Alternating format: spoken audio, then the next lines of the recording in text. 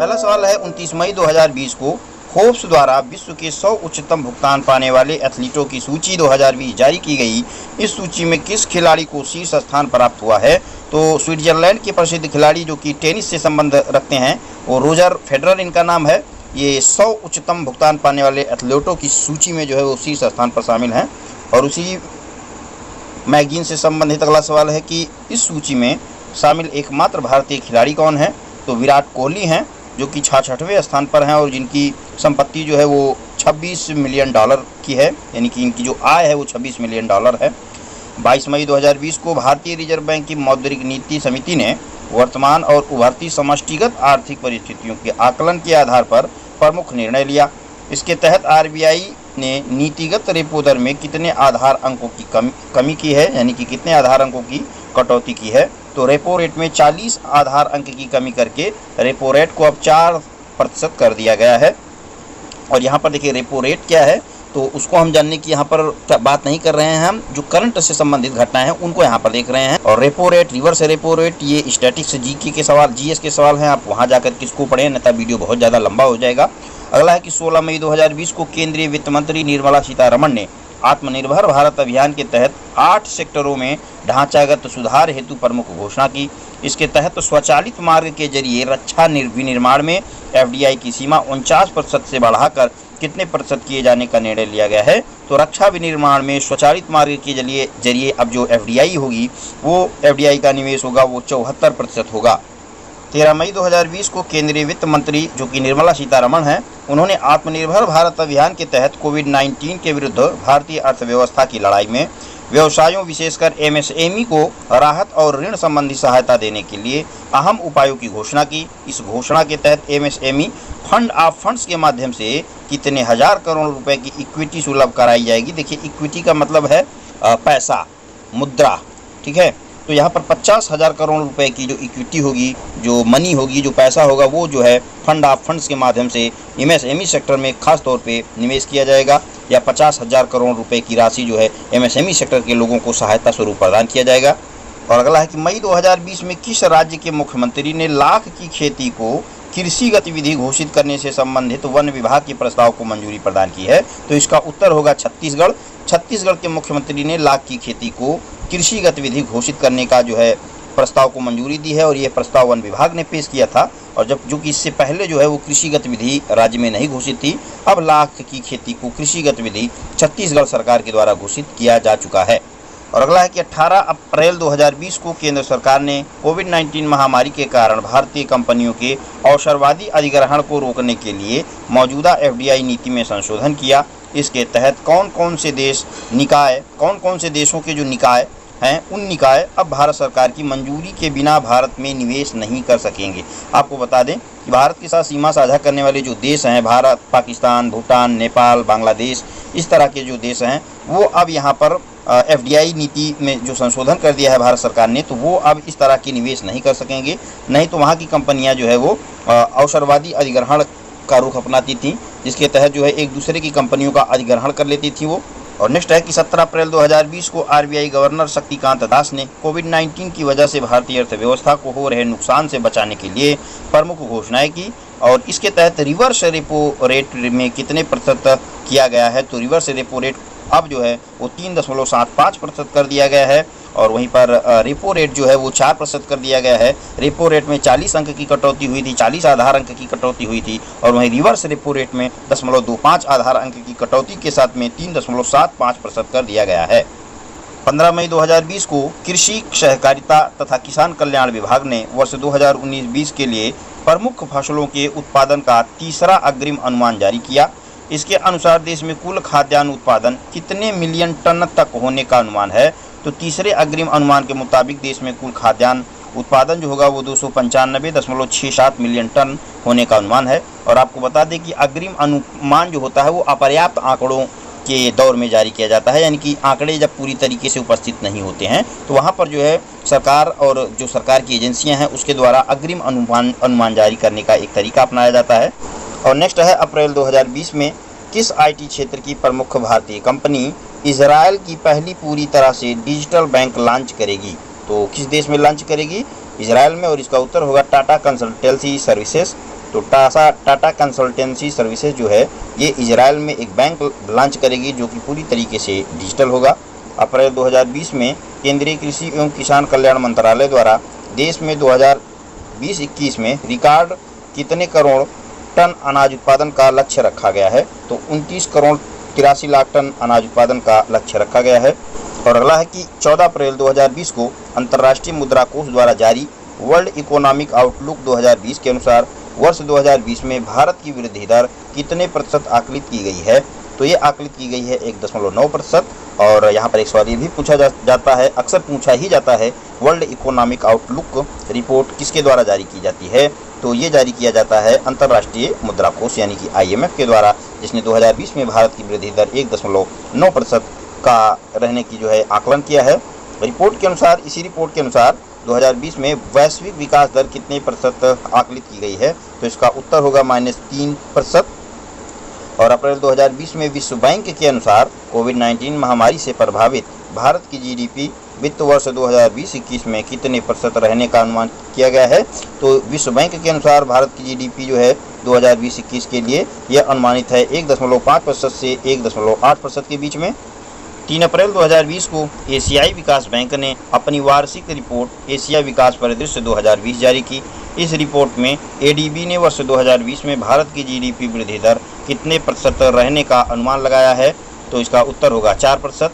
यानी कि वार्षिक रिपोर्ट में जो कि एशियाई विकास बैंक की है, और इस रिपोर्ट का नाम है एशियाई विकास परिदृश्य 2020, जो कि वार्षिक रिपोर्ट है। इसमें भारत की GDP जो वृद्धि दर होगी वो 4% रहने का अनुमान इसके द्वारा किया गया है।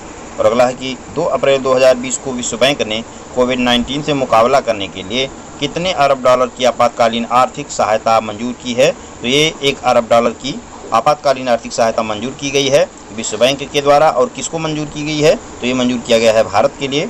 30 मार्च 2020 को एशियाई विकास बैंक ADB ने भारतीय ढांचागत क्षेत्र में कितने करोड़ डॉलर के निवेश की घोषणा की है? तो ढांचागत क्षेत्र में 10 करोड़ डॉलर के निवेश की घोषणा की है। और ढांचागत का मतलब होता है वो सभी आवश्यक जो है चीज़ें जो हमारे देश के लिए, किसी भी देश के लिए विकास के लिए आवश्यक होती हैं, जिसमें परिवहन होता है, जैसे रोड हो गया, और क्या कहते हैं, हवाई अड्डे हो गया, बंदरगाह हो गई, इस तरह के तमाम चीज़ें ढांचागत क्षेत्रों में आती हैं।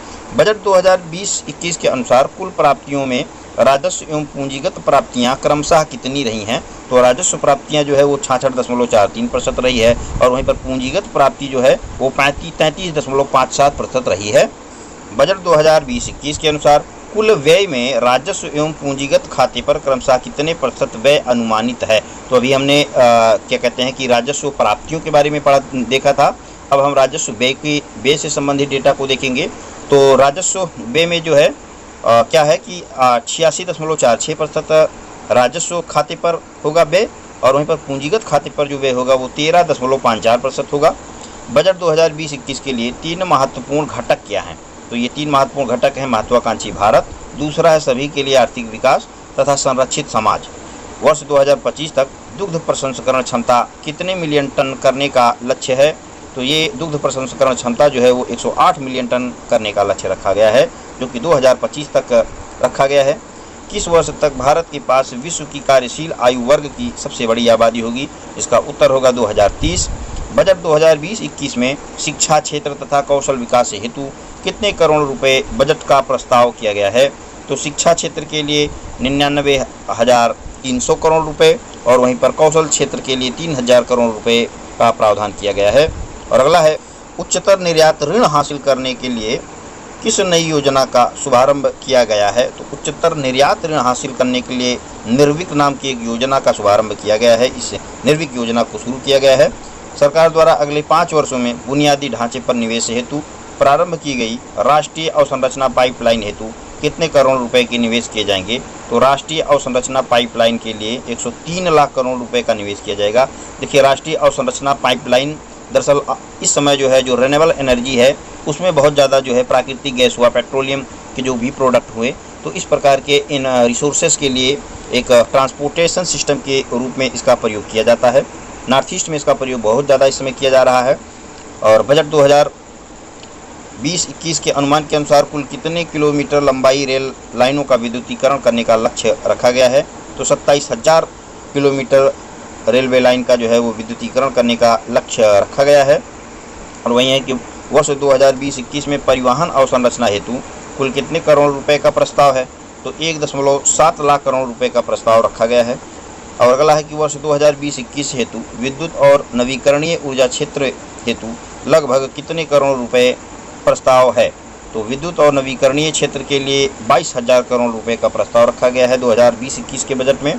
और अगला है स्थानिक संग्रहालय वाले प्रतिमान स्थलों के रूप में 5 पुरा स्थलों की पहचान की गई है और इन 5 पुरा स्थलों का विकास किया जाएगा। और ये 5 पुरा स्थल कौन कौन से हैं, तो एक तो है राखीगढ़ी जो कि सिंधु घाटी सभ्यता का प्राचीनतम पुरा स्थल है जो कि हरियाणा में पड़ता है। दूसरा है हस्तिनापुर उत्तर प्रदेश में है। तीसरा है शिव सागर जो कि असम में है। और धौलावीरा है और ये गुजरात में है। और अदिचनलूर जो कि तमिलनाडु में है। तो ये 5 पुरा स्थल हैं जिनका विकास किया जाएगा बजट 2020-21 में। ऐसा विकास करने के लिए इन पुरा स्थलों का चयन किया गया है। और अगला है कि बजट 2020-21 में इन 5 चीज़ों को राज्य के आभूषण के रूप में संदर्भित किया गया है। तो ये 5 आभूषण हैं राज्य के: बीमारी से मुक्ति, धन, उत्पादन, खुशहाली और सुरक्षा। तो ये बजट 2020-21 के लिए राज्य के 5 आभूषण बताए गए हैं। और अगला है कि बैंक में प्रत्येक जमाकर्ता के लिए जमा राशि का बीमा दायरा जो वर्तमान में 1 लाख रुपए था उसे बढ़ाकर प्रति जमाकर्ता कितने किए जाने का अनुमति प्रदान की गई है। तो अब जो 1 लाख रुपए तक का बीमा होता था वो अब 5 लाख रुपए तक का होगा। और आर्थिक समीक्षा से जुड़े यहीं पर तमाम सवाल हैं, उनको देखते हैं। आर्थिक समीक्षा 2019-20 के लिए वर्ष 2019 में भारतीय अर्थव्यवस्था का जीडीपी के संदर्भ में कौन सा स्थान रहा है, तो 2019-20 में 5वीं सबसे बड़ी भारतीय अर्थव्यवस्था रही है। देखिए, बजट जो होता है वो 1 साल मतलब भविष्य के लिए होता है। जैसे आप पढ़ेंगे बजट 2020-21 और जो सर्वे होता है, इकोनॉमी सर्वे होता है, वो पिछले बीते सालों का होता है। जैसे यहाँ पर 2019-20 है, तो 2019-20 के लिए यानी कि पिछले सालों के लिए आर्थिक समीक्षा होती है। और बजट जो होता है वो साल भर के लिए, आगे के सालों के लिए जो प्लानिंग होती है सरकार की, जो योजनाएं होती है, जिन योजनाओं में सरकार पैसा जो है निवेश करेगी।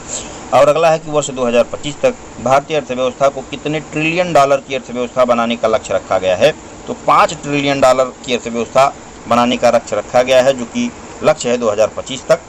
जीडीपी के संदर्भ में 2055 तक भारतीय अर्थव्यवस्था किस स्थान पर रहेगी, तो 2055 तक भारतीय अर्थव्यवस्था विश्व की तीसरी सबसे बड़ी अर्थव्यवस्था रहने का एक अनुमान लगाया गया है, एक उद्देश्य तय किया गया है।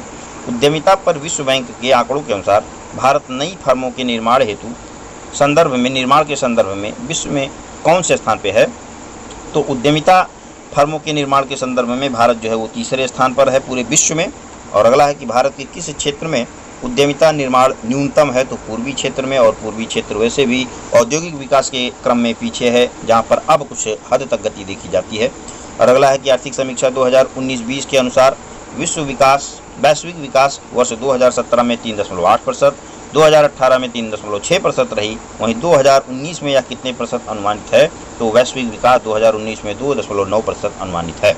और अगला है कि आर्थिक समीक्षा 2019-20 के अनुसार वर्ष 2019 में भारतीय अर्थव्यवस्था का आकार कितने ट्रिलियन डॉलर का अनुमानित है, तो इसका उत्तर होगा 2.9 ट्रिलियन डॉलर। और अगला है वर्ष 2019 में भारतीय अर्थव्यवस्था के विश्व की 5वीं सबसे बड़ी अर्थव्यवस्था होने का अनुमान है। और इससे बड़ी 4 जो अर्थव्यवस्थाएं हैं उनमें पहला नाम यूएसए का है, दूसरा चीन का है, तीसरा जापान का है और चौथा जर्मनी का है। जनवरी 2020 में अंतर्राष्ट्रीय मुद्रा कोष IMF द्वारा जारी वर्ल्ड इकोनॉमिक आउटलुक अपडेट आंकड़ों के अनुसार 2019-20 एवं 2021 में भारत की विकास दर कितनी रहेगी, तो 2019-20 में विकास दर जो है 4.8%, वहीं 2021 में विकास दर 6.5% रहने की उम्मीद है। और यहाँ पर फिर से देख लेते हैं कि अंतर्राष्ट्रीय मुद्रा कोष द्वारा world economic outlook update report जारी हुई है। यानी कि पूछा जा सकता है कि वर्ल्ड इकोनॉमिक आउटलुक किसके द्वारा जारी किया जाता है, तो ये जारी किया जाता है IMF के द्वारा, अंतर्राष्ट्रीय मुद्रा कोष के द्वारा। दिसंबर 2019 में जारी एशियन डेवलपमेंट आउटलुक सप्लीमेंट 2019 के अनुसार वर्ष 2019 एवं 2020 में भारत की विकास दर कितने प्रतिशत रहने का अनुमान है। अब देखिए, यहाँ पर अलग अलग पूछा जा रहा है कि 2019 में और 2020 में, तो 2019 में 5.1%, वहीं 2020 में 6.5% रहने का अनुमान।